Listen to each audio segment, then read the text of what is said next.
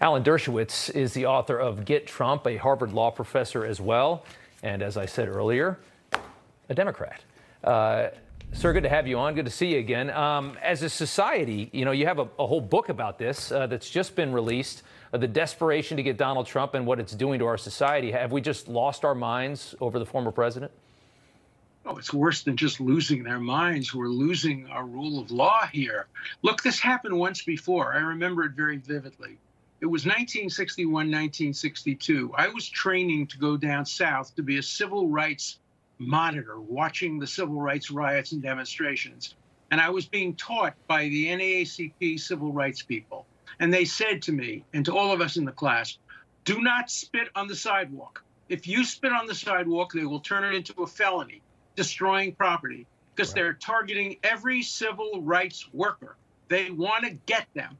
They've instructed the sheriffs, they've instructed the police, they've instructed the prosecutors. If they do anything wrong, if they cross against the light, if they put a cigarette out on the sidewalk, felony, put them in jail. We want to make sure we get them if they're civil rights workers. Is this really what District Attorney Bragg wants to emulate? The South in the segregation period when they were getting civil rights workers? That's what this is like. We've talked a lot about how, I guess the left in this country has changed. How people used to fight against this, and now they capitulate to people that will take any excuse to go after their political opponents, and how that's changed so dramatically. You've talked about on the show about the ACLU and how they used to fight different than they do today, and how they've morphed.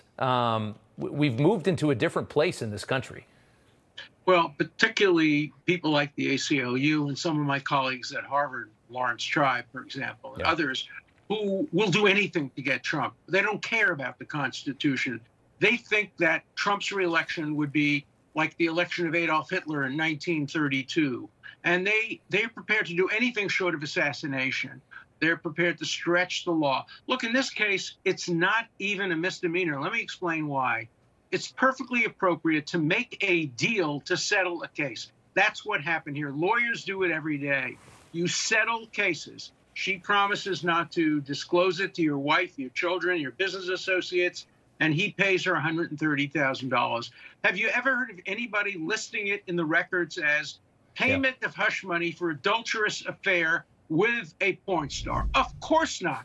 You're going to say something like legal fees. Well, it was in some respect a legal fee. That is, it was in payment for the settling of a case. But nobody has ever been prosecuted for trying to hide the fact that he paid hush money to a prostitute. And then you try to say that the reason he did it was only in order to cover up a federal crime. That's the last thing that would have occurred to him, that he'd ever be charged with a crime, a federal crime of campaign contributions. Obviously, the reason that he listed it not as a hush money payment was to prevent the public from knowing it, prevent his wife, prevent the New York Post from running the story. Yeah. Then you have to get to the point where it was a campaign contribution.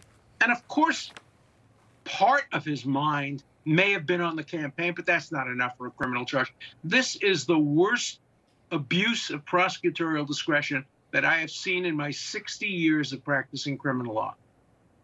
It's a big statement. Alan Dershowitz, the book is called Get Trump, just came out. I'm sure it's excellent, and that was great. Thank you so much, sir. We appreciate it. Thank you.